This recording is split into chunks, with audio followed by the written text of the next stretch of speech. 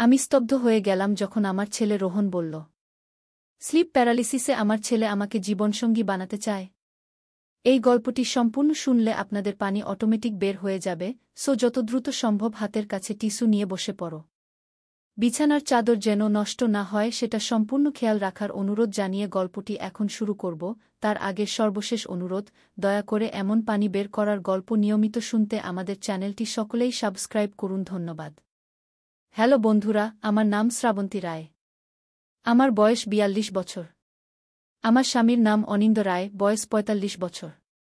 আমাদের ২ সন্তান, অর্ণব আর দীপা। অর্ণব ১৯ বছর বয়সী, কলেজে পড়ে। দীপা ১২ বছর বয়সী, স্কুলে যায়। স্লিপ প্যারালিসিসে আক্রান্ত হওয়ার পর তুমি রাতে আমার পাশে শুয়ে থাকতে, মা। সেই রাতগুলোতে যখন আমি অসহায় হয়ে পড়তাম, তোমার শরীরের উষ্ণতা আমাকে জাগিয়ে দিত এক ভিন্ন অনুভূতিতে। আজ ডাক্তার বললেন আমি সুস্থ, এখন আমি সাহস করে বলতে চাই, তোমাকে আমি কেবল মা হিসেবে নয়, আমার জীবনসঙ্গী হিসেবে চাই। কয়েক মাস আগে রোহন স্লিপ প্যারালিসিসে আক্রান্ত হয়েছিল, এক ধরনের ঘুমের ব্যাধি যেখানে সে ঘুম থেকে জেগে উঠতে চাইলেও তার শরীর নাড়াতে পারত না। ভয়ে সে চিৎকার করত, ভূত দেখতে পেত। ঘুমের মধ্যে সে এমন ভয় পেত যে আমি তার পাশে শুয়ে থাকতাম, তাকে সান্ত্বনা দিতাম।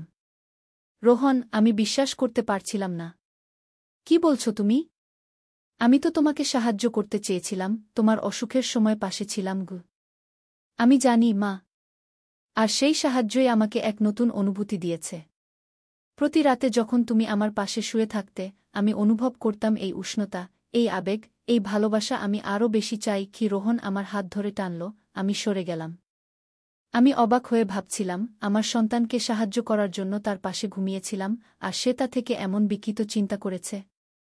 এর জন্য কি আমি দায়ী? রোহন, আমি কেবল তোমার মা হিসেবে তোমাকে সাহায্য করেছিলাম। তোমার মাথায় এসব কি আজগুবি চিন্তা ঢুকেছে? আমি তার দিকে থেকে আরও দূরে সরে গেলাম। সেই রাতে আমি ভাবতে পারিনি যে এই অদ্ভুত ঘটনার পেছনে রয়েছে একটা বড় ষড়যন্ত্র। আসলে আমার ছেলে অর্ণব নয়, তার নাম রোহন। আমার মাথা একটু গুলিয়ে গেছে। আসলে রোহন আমার ছেলে নয়, সে আমার বড় ভাই মহিতোষের ছেলে। তার বাবা মা দুর্ঘটনায় মারা যাওয়ার পর আমরাই তাকে নিজের সন্তানের মতো লালন পালন করি। পরদিন সকালে উঠে দেখি অনিন্দ ঘরে নেই। আমি তাড়াতাড়ি তাকে মোবাইলে কল করলাম। তিনি বললেন, শোনো শ্রাবন্তী, আমাকে কিছুদিন বাইরে যেতে হবে একটা প্রজেক্টের জন্য। তোমরা সবাই ভালো থেকো গো। আমি অবাক হয়ে গেলাম। অনিন্দ কখনোই আমাকে না জানিয়ে এভাবে হঠাৎ কোথাও যেতেন না। তার কণ্ঠস্বরও অন্যরকম লাগছিল, যেন তিনি কারো চাপে কথা বলছেন। রাতে ডাইনিং টেবিলে বসে খাবার খাওয়ার সময় আমি লক্ষ্য করলাম রোহন আমার দিকে অদ্ভুতভাবে তাকিয়ে আছে। তার চোখে এমন একটা দৃষ্টি ছিল যা আমি আগে কখনো দেখিনি। আমার ছোট মেয়ে দীপাও অন্যমনস্ক লাগছিল। সে প্রায়ই মোবাইলে কারো সাথে মেসেজ করছিল, আর আমার দিকে তাকালে চোখ সরিয়ে নিচ্ছিল। দীপা, তুমি কার সাথে এত মেসেজ করছো? আমি জিজ্ঞেস করলাম। এমনি, স্কুলের বন্ধুদের সাথে, দীপা উত্তর দিল, কিন্তু তার কণ্ঠস্বর কাঁপছিল। খাবার শেষ করে আমি যখন নিজের ঘরে যাচ্ছিলাম, তখন রোহন আমার পথ আটকে দাঁড়াল। কাকিমা, আপনি কি জানেন এই বাড়িতে কি ঘটছে? সে জিজ্ঞেস করল। কি ঘটছে? আমি বিস্মিত হয়ে প্রশ্ন করলাম। আপনার স্বামী অনিন্দ কাকু, তিনি আসলে একটা বড় ষড়যন্ত্রে জড়িয়ে আছেন। আর সেই ষড়যন্ত্রের জালে আমরা সবাই আটকা পড়েছি। আমি হেসে ফেললাম। কি যে বলো তুমি? অনিন্দ তো একজন সাধারণ ব্যবসায়ী। তিনি কোনো ষড়যন্ত্রে জড়াবেন কেন? আপনি জানেন না কাকিমা, অনিন্দ কাকু আসলে একজন সাধারণ ব্যবসায়ী নন। তিনি ছায়া নামের একটি গোপন সংগঠনের সদস্য।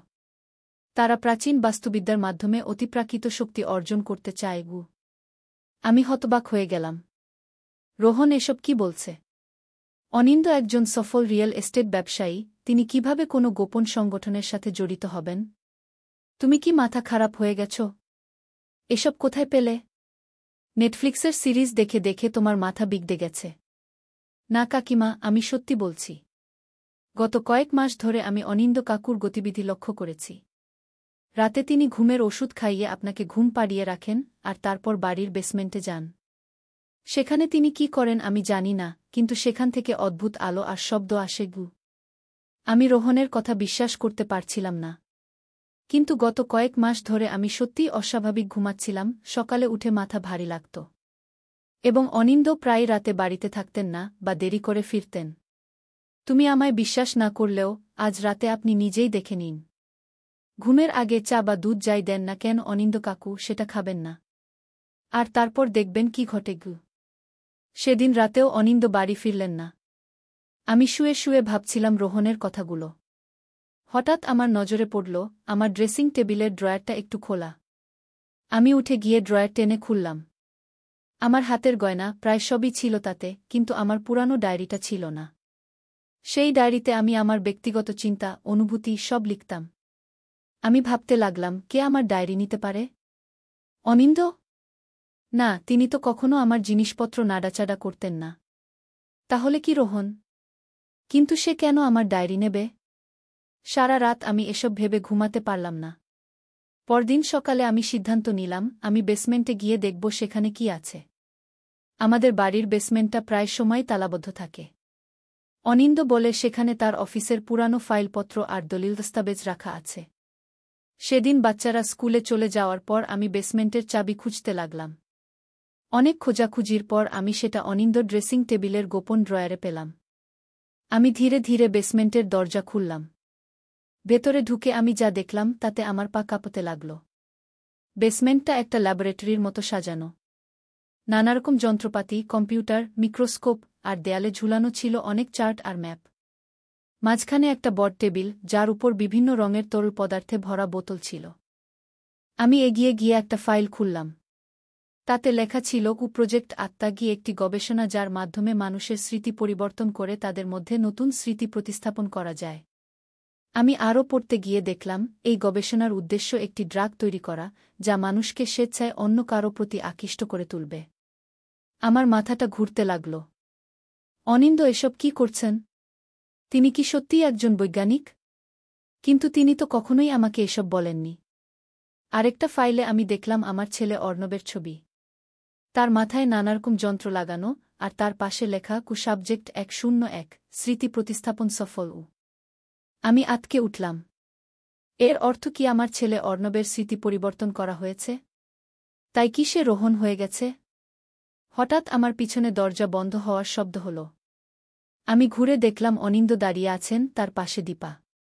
শ্রাবন্তী, আমি জানতাম তুমি এখানে আসবে, অনিন্দ বললেন। কিন্তু আমি আশা করেছিলাম তুমি এত তাড়াতাড়ি সবকিছু জেনে যাবে না। অনিন্দ, এসব কি? তুমি কে? আর অর্ণবের কি হয়েছে? আমি চেঁচিয়ে উঠলাম। মা, শান্ত হও, দীপা বলল। তুমি আমার মেয়ে নও, আমি বললাম।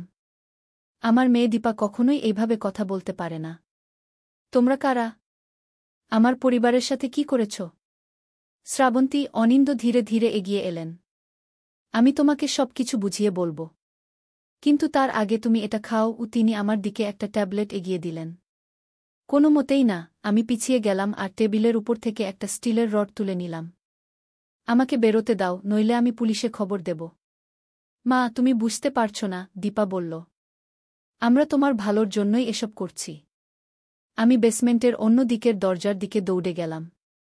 সেটা খুলে আমি বাইরে বেরিয়ে এলাম। কিন্তু এটা তো আমাদের বাড়ির আঙ্গিনা নয়। এটা একটা বড় গোডাউনের মতো জায়গা, যেখানে অনেক লোক কাজ করছে। তারা সবাই হোয়াইট কোট পরে আছে, যেন তারা বৈজ্ঞানিক। অনিন্দ আমার পিছনে এসে আমার কাঁধে হাত রাখলেন। শ্রাবন্তী, আর পালিয়ে লাভ নেই। আমরা এখন শহরের বাইরে ছায়া সংগঠনের গবেষণাগারে আছি। আমরা গত 1 বছর ধরে তোমাকে নিয়ে একটা মানসিক পরীক্ষা চালাচ্ছিলাম। কি? আমার মাথাটা ঘুরে গেল। কি পরীক্ষা? মানুষের মস্তিষ্কে নতুন স্মৃতি প্রতিস্থাপনের পরীক্ষা। আমরা তোমার মানসিক অবস্থা পরীক্ষা করছিলাম, তুমি কতটা দ্রুত বুঝতে পারো যে তোমার আশেপাশের মানুষগুলো বদলে গেছে। কিন্তু কেন? আমার পরিবার কোথায়? তোমার পরিবার নিরাপদে আছে। আসলে আমরা তোমার পরিবার নই। আমি অনিন্দ নই, আমার নাম সুদীপ্ত চক্রবর্তী। আর এ হলো আমার সহকারী মনিকা। তিনি দীপার দিকে ইশারা করলেন। আমি ভেঙে পড়লাম। আমার সত্যিকারের পরিবার কোথায়? আমার স্বামী অনিন্দ, আমার ছেলে অর্ণব, আমার মেয়ে দীপা। তারা অন্য একটা গবেষণাগারে আছে। তাদের স্মৃতিও পরিবর্তন করা হয়েছে। তারা মনে করছে তারা অন্য একটা পরিবারের সদস্যও। কিন্তু কেন? এসব কেন করছো তোমরা? কারণ আমরা মানব মস্তিষ্কের সীমারেখা পরীক্ষা করতে চাইছি। আমরা দেখতে চাইছি কোনো পরিস্থিতিতে মানুষ বাস্তব এবং কল্পনার মধ্যে পার্থক্য করতে পারে আর কখন পারে না। আমি বিশ্বাস করি না। তোমরা সবাই পাগল। সুদীপ্ত আমার দিকে তাকিয়ে হাসলেন। তোমার প্রতিক্রিয়া আমাদের অনুমানের মধ্যেই আছে। তুমি এখন বিশ্বাস করো যে সবকিছু অস্বাভাবিক বা তোমার পরিবারের সাথে কিছু খারাপ হয়েছে। কিন্তু আসল সত্য হল তুমি একজন মানসিক রোগী। কি? আমি বিস্মিত হয়ে গেলাম। তোমার নাম অমিতা সেন। তুমি গত 5 বছর ধরে একটি মানসিক হাসপাতালে চিকিৎসা নিচ্ছ। তোমার স্কিজোফ্রেনিয়া আছে, যার কারণে তুমি বিভিন্ন কাল্পনিক ঘটনা ও চরিত্র তৈরি করো।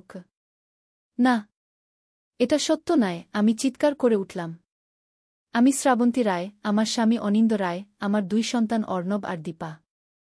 এটাই সত্য। না, এটা তোমার কল্পনা। আমরা তোমার চিকিৎসার জন্য একটা পরীক্ষামূলক থেরাপি শুরু করেছিলাম, তোমাকে একটা কাল্পনিক পরিবেশে রাখা, যেখানে তুমি নিজে তোমার কল্পনার মধ্যে থাকবে। আমরা আশা করেছিলাম এভাবে তোমার মস্তিষ্ক নিজেই ঠিক হয়ে যাবে। আমি ভেঙে পড়লাম। কি সত্য কি মিথ্যা আমি আর বুঝতে পারছিলাম না। আমার মাথা ঘুরতে লাগল। হঠাৎ আমার চোখের সামনে অনেক কিছু ভেসে উঠল। আমি একটা হাসপাতালের বেডে শুয়ে আছি, কয়েকজন ডাক্তার আমার শরীরে নানারকম যন্ত্র লাগাচ্ছে, আমি চিৎকার করছি, কাঁদছি। না, আমি বিশ্বাস করব না। এটা তোমাদের আরেকটা ষড়যন্ত্র, আমি চিৎকার করে উঠলাম। সুদীপ্ত আমার দিকে একটা ফটো এগিয়ে দিলেন। এটা দেখো।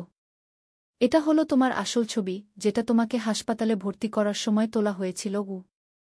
আমি ফটোটা দেখলাম। এটা আমার ছবি বটে, কিন্তু আমি দেখতে অনেক রোগা, ফ্যাকাশে। আমার চোখে প্রচণ্ড হতাশা আর ভয়ের ছাপ। আমি ভেঙে পড়লাম। ঠিক সেই সময় বাইরে থেকে একটা প্রচণ্ড বিস্ফোরণের শব্দ হল। গোডাউনের দেয়াল কেঁপে উঠল। আমার চারপাশের সব মানুষ দৌড়াতে শুরু করল। সুদীপ্ত চিৎকার করে উঠলেন, আক্রমণ! আমরা আক্রান্ত হয়েছি। সেই বিশৃঙ্খলার মধ্যে আমি দৌড়ে পালাতে লাগলাম।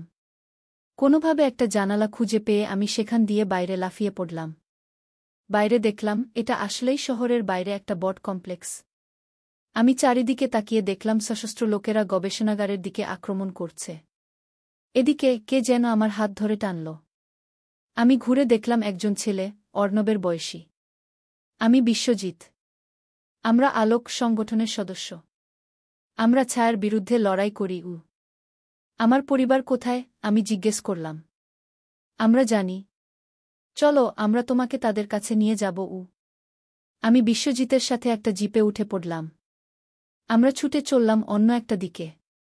পরে জানলাম আলোক হলো একটা সংগঠন যারা ছায়ার বিরুদ্ধে লড়াই করে।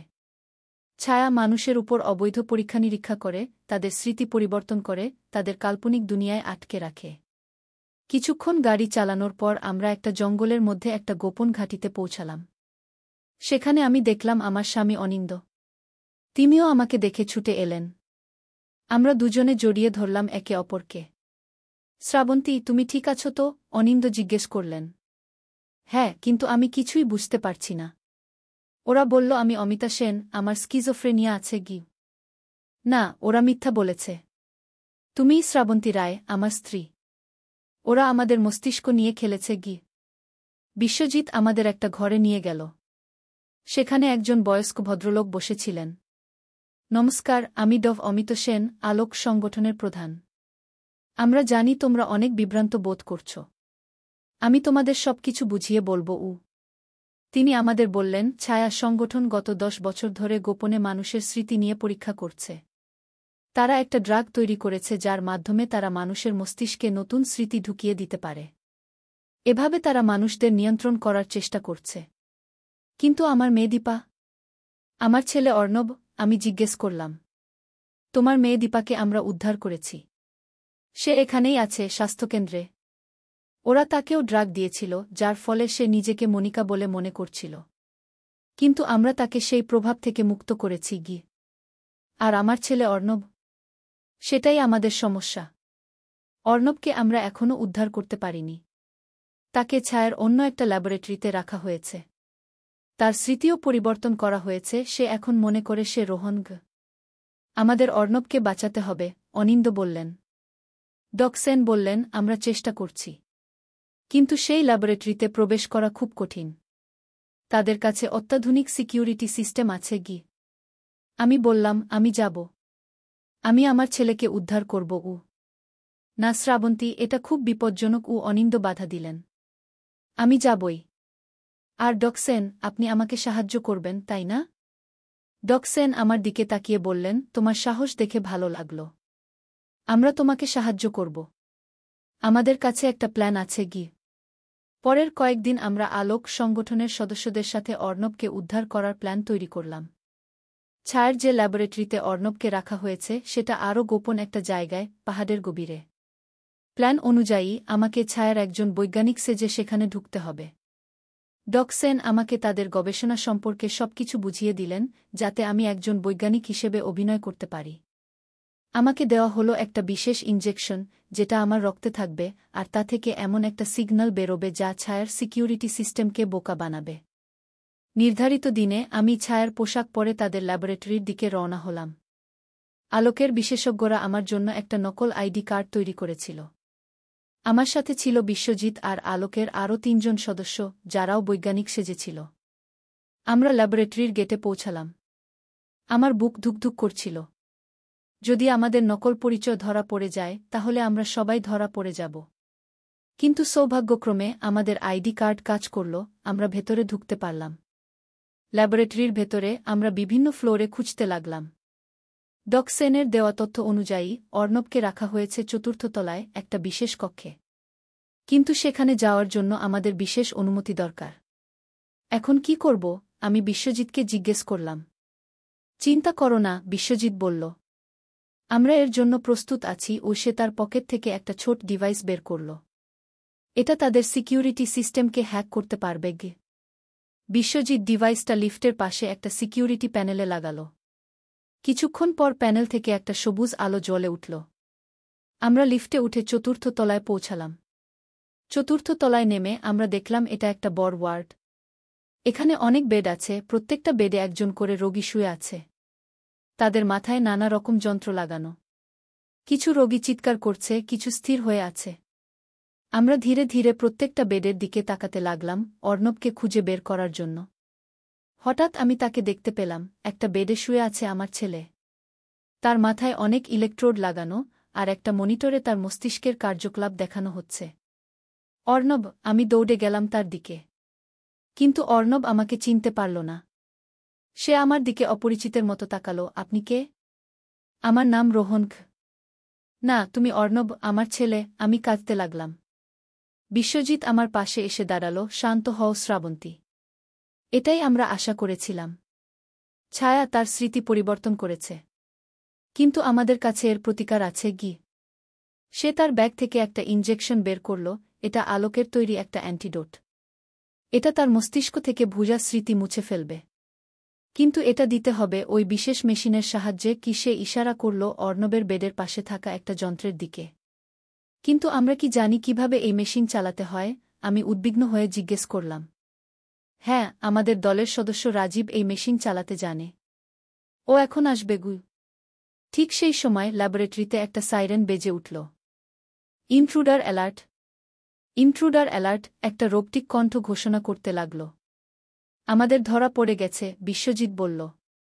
আমাদের দ্রুত অর্ণবকে নিয়ে পালাতে হবে। আমরা অর্ণবের বেড থেকে সব যন্ত্র খুলে ফেললাম।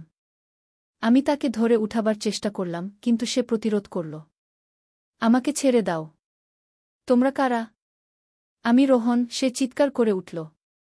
অর্ণব শোনো, আমি তার হাত ধরে বললাম, তুমি আমার ছেলে।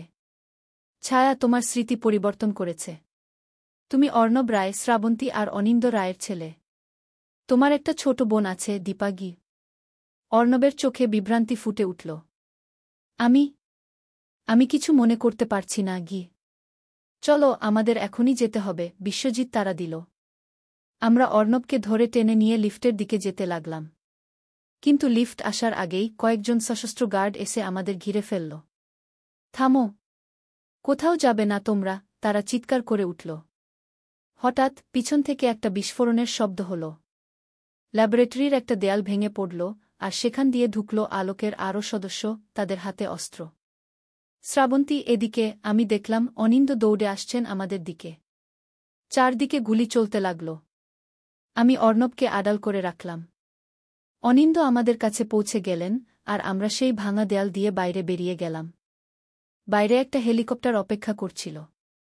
আমরা দ্রুত তাতে উঠে পড়লাম। হেলিকপ্টার উঠতে শুরু করল, আর আমরা দেখলাম ল্যাবরেটরি থেকে অনেক গার্ড বেরিয়ে আসছে, তারা আমাদের দিকে গুলি চালাচ্ছে। আমরা পালিয়ে এলাম, বিশ্বজিৎ বলল। এখন অর্ণবকে আমাদের ঘাঁটিতে নিয়ে যেতে হবে, ওখানে ওর চিকিৎসা করা হবে। আমি অর্ণবের দিকে তাকালাম। সে এখনও বিভ্রান্ত, কিন্তু শান্ত ছিল। মা, সে অস্পষ্ট স্বরে বলল। আমি কি সত্যিই অর্ণব? হ্যাঁ বাবা, তুমি আমার অর্ণব। আমি তার হাত ধরে বললাম, চোখে জল ভরে এলো আমার।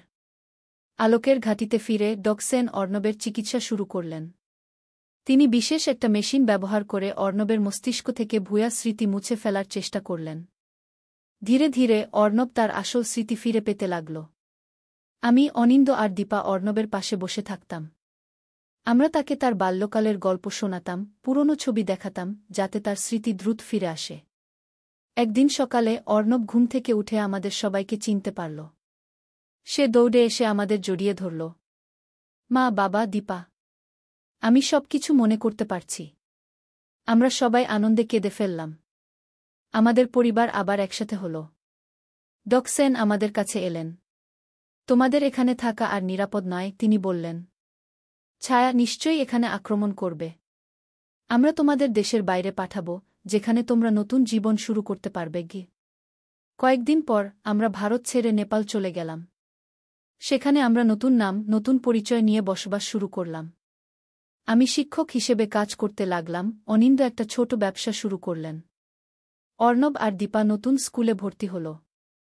2 বছর পর আমাদের কাছে খবর এলো যে আলোক ছায়াকে পরাজিত করেছে। তাদের সব গবেষণাগার ধ্বংস করা হয়েছে, তাদের নেতাদের গ্রেপ্তার করা হয়েছে। আমরা আবার ভারতে ফিরে আসতে পারতাম, কিন্তু আমরা সিদ্ধান্ত নিলাম নেপালেই থাকব। এখানে আমরা নতুন জীবন গড়ে তুলেছি, নতুন বন্ধু পেয়েছি। আজ 5 বছর পর আমি এই গল্প লিখছি। আমাদের সেই ভয়ঙ্কর অভিজ্ঞতার স্মৃতি এখনও আমাদের সাথে আছে, কিন্তু আমরা এগিয়ে চলেছি।